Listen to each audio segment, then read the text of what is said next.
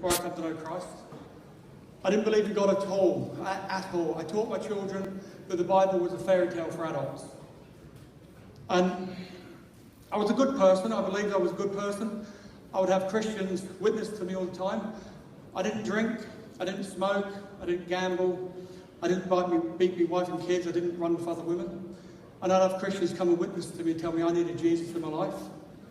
And I say, well, listen, I'm a better person than you are, so I must actually be a better Christian than you, and I'm not even a Christian. But as time went on, when it came to work, it was a different matter.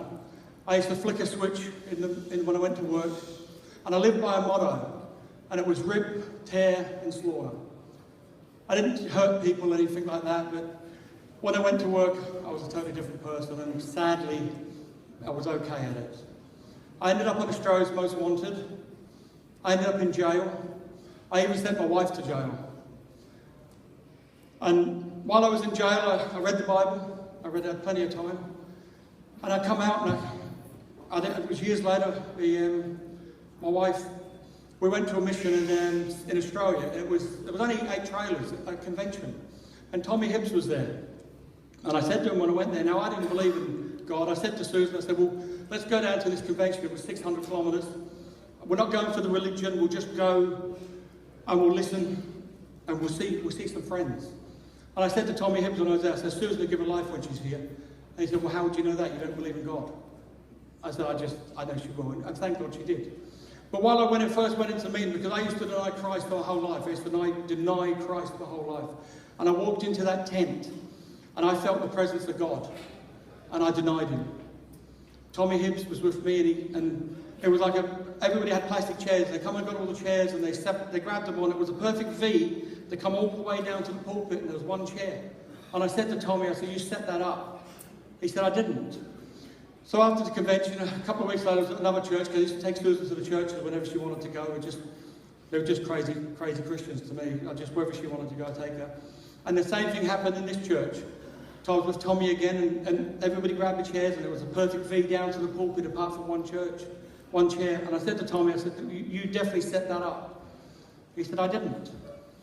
Anyways, I used to go to church with Susan, and I still didn't believe, and I still used to torture the Christians and refer to them as the God Squad.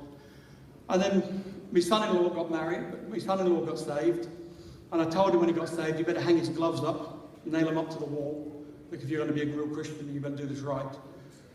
But I denied Christ, and then my daughter got sick, and she rang me one day, and she said, I've got a headache. I need to go to hospital. And I thought, well, I said, yeah, okay, I'll take it. But really, I'm thinking, I don't really want to spend 6 hours in A&E while her husband lays on the seat and watches TV and watches the baby. But as a dad does, I took her down there. But quickly, as the night went on, things went really bad. She had a massive temperature. They thought she had meningitis, a bleed on the brain. And it was going really bad. And Lauren came up, that's her husband, and my wife, and Mark Hibbs was there, and Carol, and they come up to the hospital. And I got to about 2 in the morning, and Mercedes was 25 weeks expectant. Well, at that time, the baby has no lungs. And in between all these tests she had done, CAT scans, MRIs, everything, and this meningitis they thought, and this bleed on the brain, all of a sudden she'd gone into full labour. And now she's going to have this baby with no lungs. And the doctors come to me and said, well, this is bad now. We need to fly him to Sydney, because one of them's going to die. The baby's going to die, she's going to die. Things have gone really, really bad. And Mark and Carol, Susan and Lauren, they're in a room praying. And I remember saying to them, listen, this is a waste of time. The only thing that's going to save these is them doctors in there. We had 7 doctors at that stage. They said, we have to fly them to Sydney. And where I live in Australia is Wollongong. It's got 300,000 people in it. So it's not a little place. It's got a big hospital. And I went outside, and I looked up to the sky, and I said, I will not pray to you. I will not pray to you. And my baby's dying. She's dying in there. And I should have thrown myself up the floor. I should have begged and begged and begged for her life. But I couldn't do that because I didn't believe in him. That would make me a hypocrite. How can I pray to a God that I don't believe in? Now my child's dying. And my kids have never been sick, ever, ever. They've had flus, but nothing like this. And I came back in, and the doctor said, I want 5 more minutes, one of the doctors, and they say, we haven't got her, we've got to get her to the helicopter, she's got to go.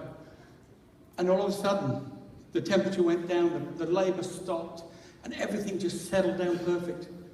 And you know what I did? I denied God again. I denied him. And she was still sick. She come out of hospital a week later.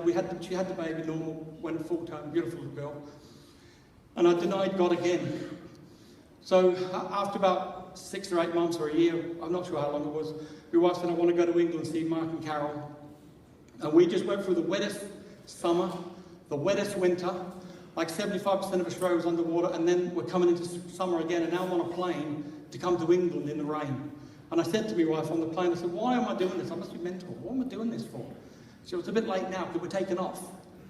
So I come to Mark, and we went to work with Mark for 6 weeks. I come to all the churches. Again, I'd had everybody witness to me, and I said, whatever. Yeah, I really wasn't interested. And I went to Leatherhead this night, and Jim Wilson was preaching the word. It was a Sunday night. And I had sat down the front with Jesse Hilton, right at the front now. I'm getting brave now, I'm unsaved. Because normally I stay out the back, because all the unsaved stay out the back. Because it's safer in case Jesus comes in, we can run out. But this night I'm down the front, and the word really spoke to me, and I wanted to give my life. I wanted to stand up there and then give my life. But you know, I couldn't go home to Australia and say I give my life there. And they'd have just said to me, you got caught up in the moment, you got caught up in the word, you got brainwashed while you was there. And I denied Christ again, I denied it again. So the next day we had to finish a job off with Mark, and we were doing these trees, and it was raining, it was saturated, it was 12 o'clock, and there was supposed to be a builder coming to give a price on a roof. And at 1:30 he still wasn't there, and I just picked the Bible up and opened it up, and I opened it up to the very passage that Jim Wilson was preaching on the night before. And I said to Mark, I said, that's a bit of a coincidence, isn't it? I said, would you think so? I said, oh, whatever. And then he said, oh, here comes the man now, here comes the builder now. I said, well, maybe he's got Jesus in the van with him, does he? Because I was always skitty. I don't think I was nasty, but I used to say some horrible things. Anyways, we pulled up, and Mark got out, and a voice said to me, get out, and put the book away, and get out and speak to these 3 men. So I got out, and I was talking to them, because I never used to get out, because Mark done all the work. I was going on holiday, I didn't go to work, I went with him, and he done all the jobs and everything. But 2 of them was a builder, and one was a pastor. They was all Christians, one was a pastor. Mark's got off with the 2 builders and left me with this man on the footpath in the rain. And I thought, well, thank you very much, Mark. I'm left with a div now. I got to stand and talk to this man. And I really, well, I thought, I can't be ignorant. I'll have to talk to him. But he was a Hindu. This man was an Indian. And I said to him, I said, how can you be a Christian? Because you're a Hindu. He said, I was a guru. I had 60,000 followers. He said, he told me his testimony. He said, and I got up in front of him and told him I was wrong. Jesus is alive. And that interested me. And I was talking to him about it. He said, you've come from Australia, haven't you? I said, yeah. He said, I've just come from Africa yesterday. He said, we saved 300 in the morning, 400 in the afternoon. He said, I flew into Manchester, drove from Manchester to Slough to this builder and said, I have to come to work with you tomorrow. He said, you don't know why you're here, do you, Hamilton? I said, no, I don't. He said, well, I don't get any holidays. He said, I want you to understand this. He said, I've got to be in Israel tomorrow. He said, but I've had to take time out to come from Africa to here. He said, you've come from Australia. He said, no, I've come here. He said, I've come here for you, Hamilton. Said, what do you mean for me? He said, think about it logically. No man can set this up. You've come 14,000 miles. I've come 10,000 miles. We're on a footpath in the rain. There's only me and you and God. He said, I've come here for you. And I can honestly say I melted. I went all gooey and warm. And he said to me, would you like to accept Jesus Christ? Ever so quietly. And I said, yes, please.